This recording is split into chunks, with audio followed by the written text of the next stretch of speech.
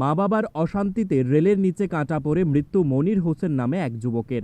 বাড়ি কাকরাবন থানাধীন কিশোরগঞ্জ এলাকায়। মনির হোসেনের বয়স জানা গেছে 18। সে এবছর উচ্চ মাধ্যমিক পরীক্ষা দিয়েছিল।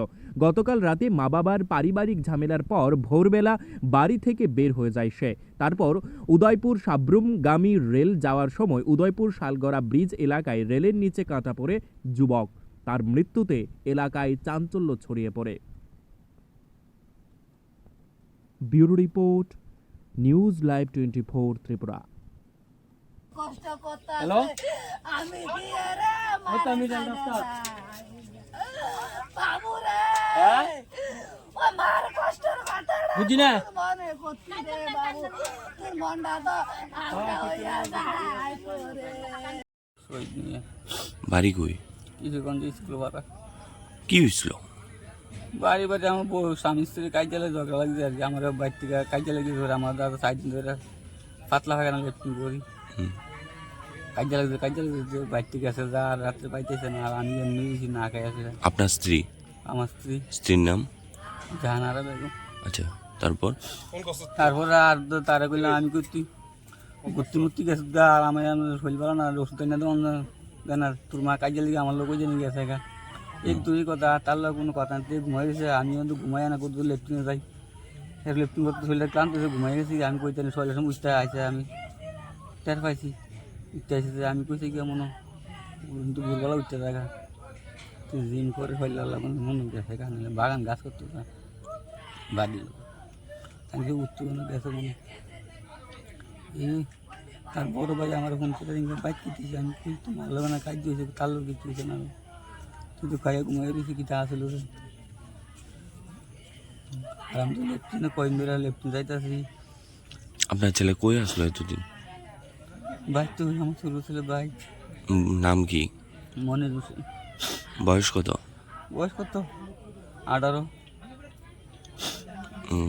12 পরীক্ষার্থী আসলো নাকি? ফুটবল ফাইনাল গেছে। তারপর আজকে সকালবেলায় শুনতে পেলেন যে রেলের নিচে? সকালের সময় পড়তে বাড়ি এসে যে চার পাইছি, কিন্তু কই গেছে আমি কই পারি না। আমি নিজে উঠতে পারি না বিছনার থেকে। তার মাঝে যদি রাত্রে যদি কাজে লেগে যদি না যাইতো ক্ষুদ্ররা আয়া হতো তো এগুলাম আর ঘটনা হবে না। আয়া সে দেখে নাই আমি গেছে তোর মা কই জানি গেছে আমার লোক কাজে লেগেছে যা কই পারি না। ডাক্তারকে তো তারা আমি হারতাম না এর দূরে। তারাবাড়ি বলতে কার বাড়ি? লোকে ফাঁসের বাড়ি দাঁড়িয়ে আমি যাই দেওয়া হচ্ছে তারা বাড়ি তখন সময় গিয়ে গেছে নিশাতে খেলা ইটা লুই কাজে যা। আর সকালের সময় উনি গিয়ে আমার বাড়ির সামনে তার মা কান্দাকাটি করে উঠতেছে লেফটিং গেছি আইসে দিয়ে অবস্থা করি।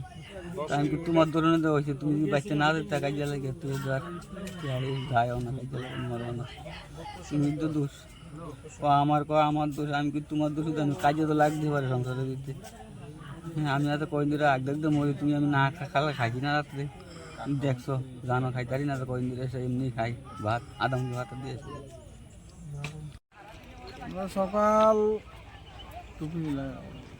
সকালে না ট্রেনটা আইসে 6টা 12টারও তখনই রেলগাড়ির ড্রাইভারের খবর দিয়েছি স্টেশনে যে একটা রান্নাবার হয়েছে। তো যথারীতি আমরা স্টাফ আইসি, স্টাফ হয়ে দেখছি।